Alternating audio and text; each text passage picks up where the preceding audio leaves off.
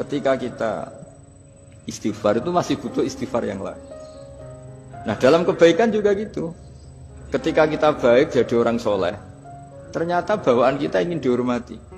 Dulu sebelum kita soleh itu ya kalau di majelis di belakang nggak tersinggung, nggak diperlakukan khusus, nggak tersinggung. Tapi setelah kita soleh, setelah kita kiai, setelah kita dosen, setelah kita rektor, kalau nggak duduk di depan tuh kayak nggak diregani. Itu ya termasuk mental-mental yang kurang baik kalau dalam ilmu tasawuf.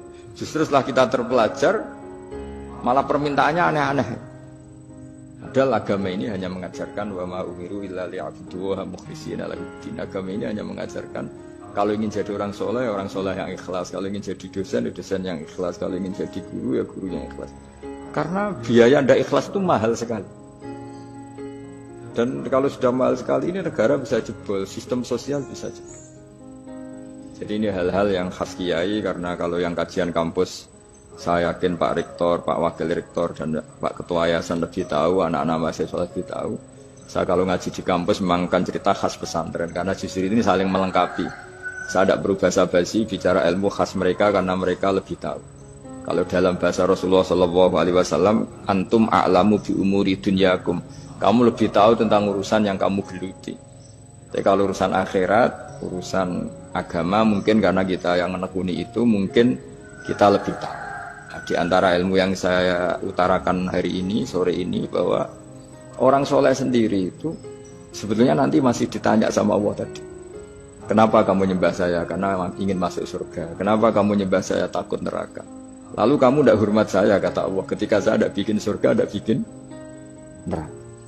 Akhirnya mereka sadar bahwa ibadah itu harus murni karena Allah Subhanahu wa ta'ala, bukan karena takut masuk neraka, juga bukan karena ingin masuk surga. Ya, sama seperti kita mencintai anak kita, yaitu sebagai karena anak kita. Jangan karena anak kita ringkeng satu, anak kita kumplot, lalu terus kita membiarkan anak kita saat ada anak kelas. Toh tetap anak kita. Saya mencintai suami saya karena dosen penghasilannya banyak, lalu suatu saat kalau ada masalah di PHK atau ada masalah terus tidak suami kan. Makanya di sini agama itu sangat menyarankan kesejatian. Jadi dia suami kita, dia anak kita, apapun kondisinya. Nah kira-kira gitulah, ikhlas itu kira-kira seperti itu. Jadi jangan sampai alasan-alasan yang bersifat materialistik itu yang menjadikan kita mencintai istri karena cantik, mencintai suami karena hasilnya besar. Suatu saat kalau itu berubah, kita akan masalah. Di sini agama menyarankan ikhlas. Makanya semua kitab di khazanah kita dimulai bab niat. Bab niat itu begini. Sehingga ada seorang yang tanya, kenapa ahli surga masuk surga selamanya? Padahal amalnya paling banter 80 tahun.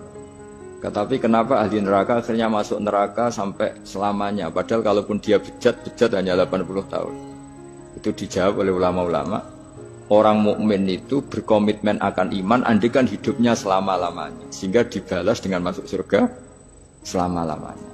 Sementara orang yang fasik, yang berbuat hanya mengumbar nafsu, bayangan dia kalaupun hidup 1000 tahun ya akan begitu terus. Dan dia ketika mati dengan status dia berencana andikan sehat maksiat terus. Karena punya rencana seperti itu diganjar neraka yang selamanya. Maka saya mohon niat ini juga yang harus mengilhami para rektor, para dosen. Andai kan sudah ada jabat pun tetap berkomitmen pada institusinya, pada yayasannya. Jangan kalau jabat serius, kali tidak jabat malah ganggu. Itu nggak boleh. Harus. Saya sendiri juga gitu. Saya populer apa enggak, saya keren apa enggak, saya akan berkomitmen tetap mengkhidmati agama ini. Nah, dengan seperti itu berarti sudah biniyatin sholihatin, punya niat yang